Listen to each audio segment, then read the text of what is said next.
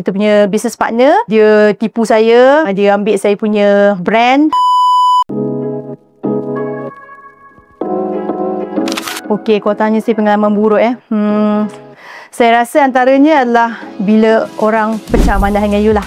Especially berlaku di kalangan bila partner you buat macam tu. Dan sebenarnya kau tanya saya dalam saya punya sepanjang saya buat bisnes ni, yang paling besar yang pernah berlaku dalam hidup adalah bila kita punya business partner dia tipu saya, dia ambil saya punya brand, dia register under IPO under nama dia personal. Itu memang sampai ke kita dah pergi sampai ke court sampai ke court mahkamah tinggi sebenarnya, dan kita dah menang kes ni juga. Tapi benda tu sebenarnya berimpact besar pada saya. Sebab apa? Pada masa tu saya ada 10 cawangan, saya baru naik 10 billboard satu Malaysia. You bayangkan baju apa semua kan, kita guna logo tu, tapi at one point you terpaksa buat semula all over again, everything, termasuk uniform staff tu, sekecil-kecil benda, name tag.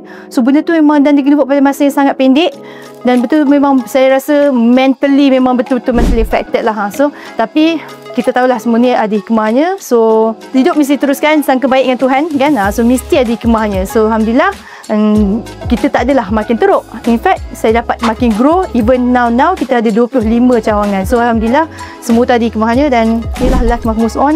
You buat teruskan.